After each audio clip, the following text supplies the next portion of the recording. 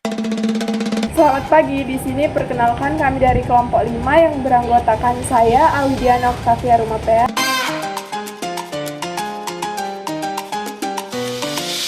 Saya Lisi Safratul Makfirah.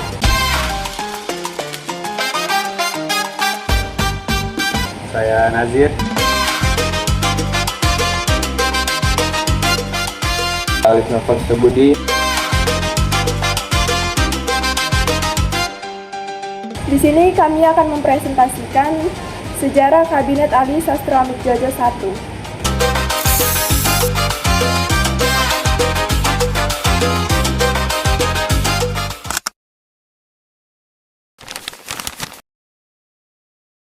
Tahukah kamu Indonesia pernah mengadakan pemilu pertamanya dan menjadi tuan rumah konferensi internasional besar meskipun kondisi politik Indonesia sedang tidak stabil? Nah, saat itu terjadi pada masa Kabinet Ali Sastroamidjojo I yang dipimpin oleh Ali Sastroamidjojo pada tanggal 31 Juli 1953 sampai 24 Juli 1955.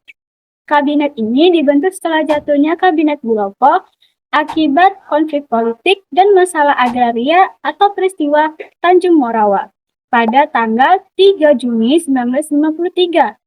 Kabinet Ali I dibentuk sebagai koalisi antara yang pertama Partai Nasional Indonesia atau PNI, yang kedua Nahdlatul Ulama atau NU. Koalisi ini dibentuk bertujuan untuk menciptakan stabilitas politik dan mempersiapkan pemilu pertama di Indonesia.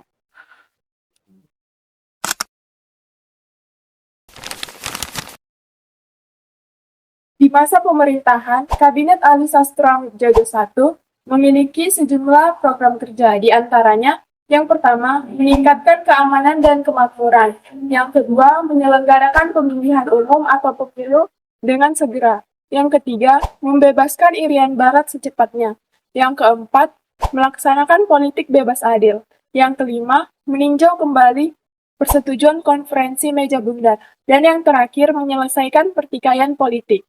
Salah satu bentuk keberhasilan kabinet ini adalah dengan konferensi Asia-Afrika yang terjadi di Bandung pada April 1955 yang memperkuat Indonesia di dunia internasional.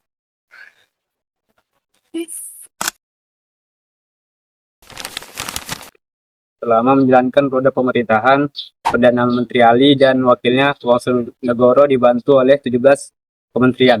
Susunan pemerintahan pada masa itu yaitu Menteri Luar Negeri Sunario, Menteri Dalam Negeri Azairin, Menteri Perekonomian Ishak, Menteri Keuangan Ong Eng Bie, Menteri Pertahanan Iwa Kusumo Sumantri, terus Menteri Kehukuman Yodi, Menteri Penerbangan Tobing, Menteri Perhubungan Sooseno, Menteri Pekerjaan Umum Muhammad Hasan, kemudian 10 Menteri Pendidikan Muhammad Yamin, kemudian Menteri Pemburuan Abidin, Menteri Pertanian Sajarwo, kemudian Menteri Agama Mas Pur, terus Menteri Sosial Panji, Menteri Kesehatan Tobing, Menteri Kesejahteraan Sudipjo, terus Menteri Urusan Agraria Muhammad Hanafiah.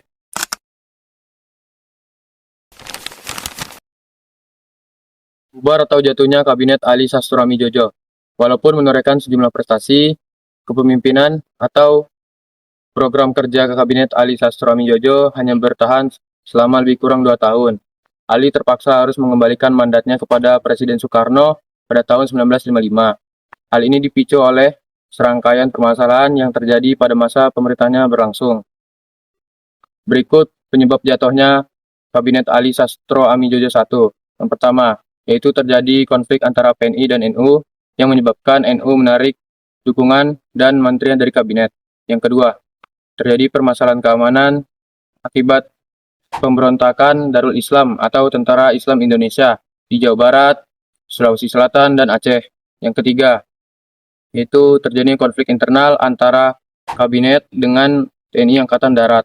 Dan yang keempat, yaitu maraknya korupsi dan inflasi yang membuat kondisi ekonomi memburuk.